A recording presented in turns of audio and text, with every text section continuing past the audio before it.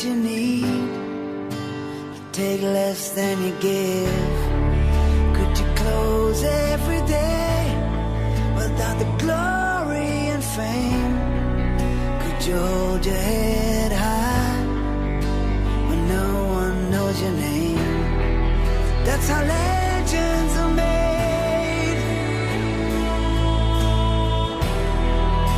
At least that's what they say. We say goodbye, but never let go. We live, we die, 'cause you can't save every soul. Gotta take every chance to show that you're the kind of man who will never look back, never look down, and never let go.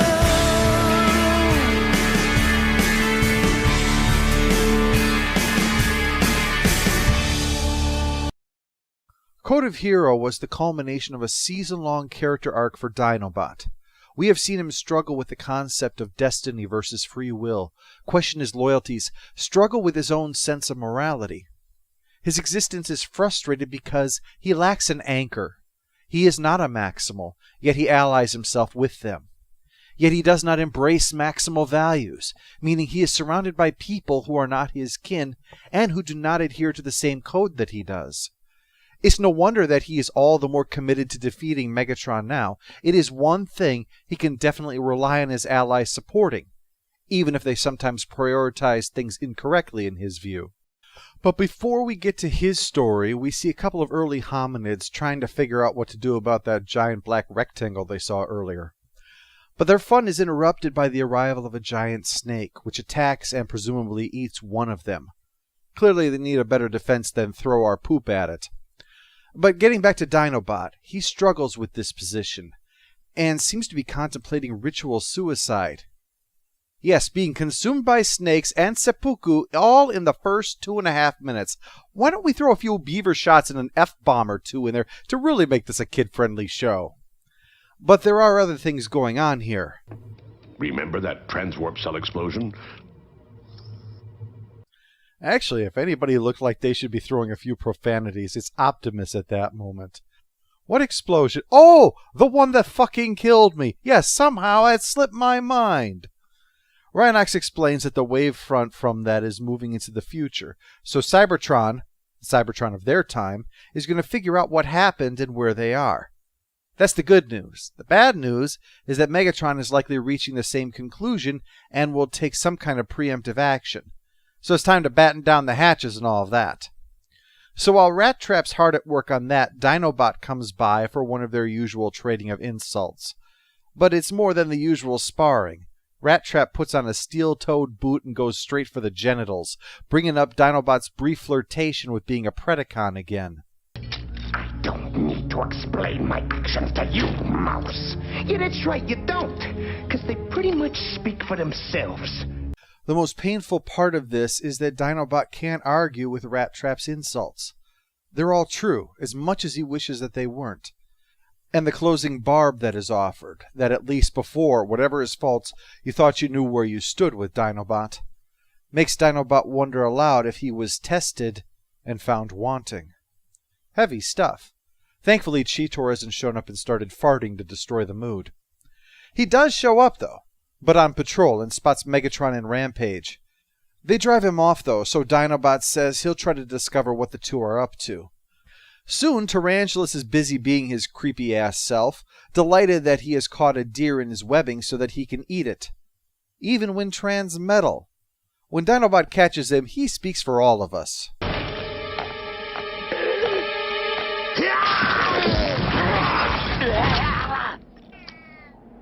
Sickening spider.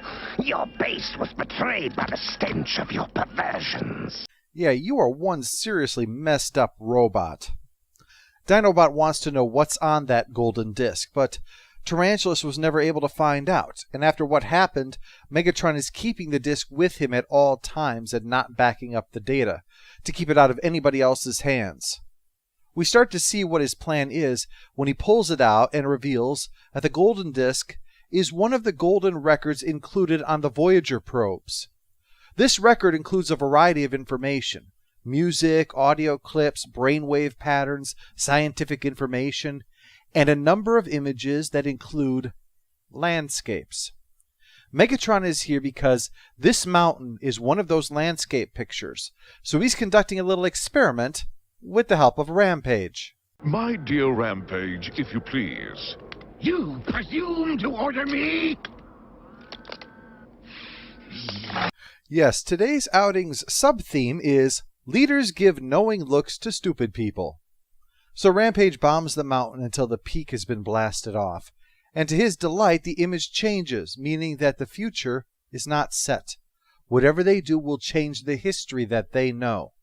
This is Megatron's ace in the hole. Reinforcements from Cybertron will easily overwhelm him and his collection of freaks, losers, and lunatics.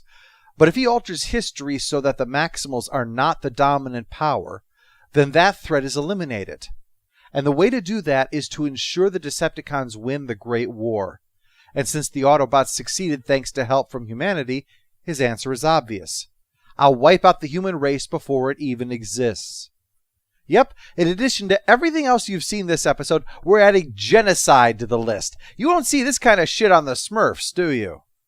Dinobot informs the rest of the Maximals that shit has officially gotten real, and while Tarantulas tries to take him out for the indignities he's suffered, Dinobot rode him over here, he's quickly taken out of the equation. But while reinforcements are on the way, Megatron begins his plan to utterly destroy this valley, where humanity is supposed to emerge. And Dinobot knows that this is all his fault. If he had never given Megatron that golden disc, none of this would be happening. He has learned today that you can change the future, and yet he is powerless to change his past. So when the order comes to wait for reinforcements, he refuses. The question that once haunted my being's been answered. The future is not fixed. My choices are my own. And yet, how ironic. For I now find I have no choice at all. I am a warrior. Let the battle be joined. Badass mode, maximize! So he leaps in, takes down Inferno, and when Black Arachnia starts shooting him, uses Inferno as a shield and shoots her with Inferno's own gun. Then, after softening up Rampage with an aerial assault, he crushes Waspinator on landing, but it's still not enough to take out that monster of a robot. What's he gonna do now? Looks like it's my turn to get a look now for offering a silly comment. So this means that Dinobot has single-handedly taken out 5 of the 7 Predacons, a shocking demonstration of his true skills as a warrior, that he is an adversary not to be underestimated. What is Megatron gonna do now? Quick strike. Strap him. What? That idiot? Do you not know how incompetent he is? He started at rock bottom and then discovered a sinkhole. He would be out of his depth in a dry lake bed. The only time he is capable of succeeding is when his goal is to fail. Do you get it, Megatron? Sending Quick Strike against a guy who eliminated most of your forces in minutes is like trying to stop a tank by throwing a hamster at it. The only thing that stops Dinobot from blowing Quick Strike to pieces the moment he shows up is that after all that he's gone through, his energy reserves are depleted. So he has to settle for merely beating Quick Strike into unconsciousness with his bare hands. And then there was one. But there is a big problem. Dinobot is so exhausted from beating the ever-loving shit out of all of the bad guys that he's going to go into stasis lock to preserve his spark.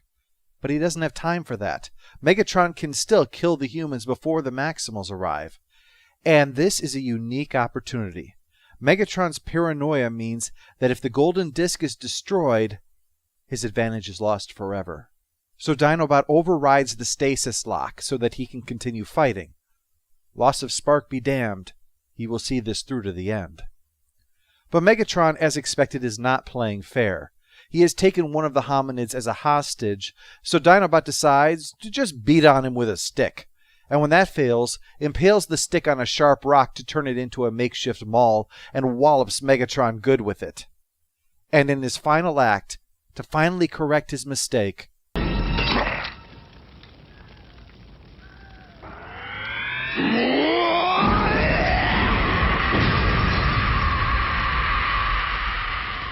that could not have been a more noble act, even if that was the collected works of Justin Bieber. Well, okay, maybe it's a close second. Anyway, with the disc gone, the Maximals arriving, and his forces defeated, Megatron is forced to abandon his plan and flee.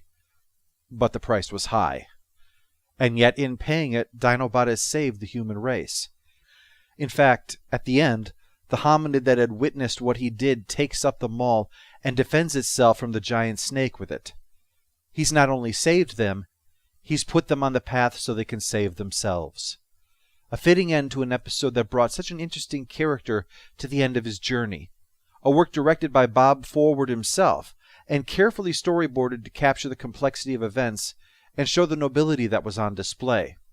It's a well-paced, sharply written, and mature story, Beast Wars at its very best. Previously I talked about how Waspinator was inducted into the Hall of Fame eventually. But I should mention the first year the Hall of Fame was established. That year there was voting as well, with the nominees of Shockwave, Jazz, Grimlock, and Soundwave, and as a joke, Dinobot. Well, as you can tell from what's happened, Dinobot is used to it when the odds are against him. And if you're a fan of this show, odds are you're a fan of, or at least have a healthy respect for, Dinobot.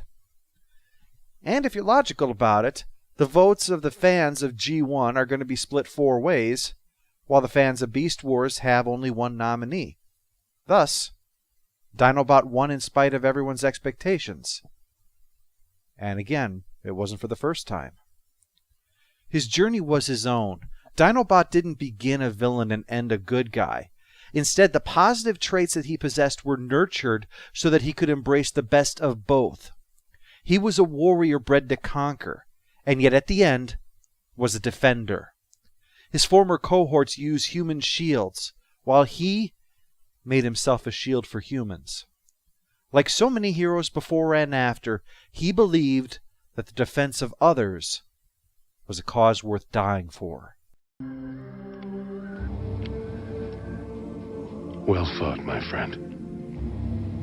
You saved the valley. You saved the lives of those who live here, and of those who are still to come. Then, there is nothing to regret. Like I said, you're just a blasted slag-spouting saurian, but it's nice to know where you stand. Upwind of you for preference, vermin.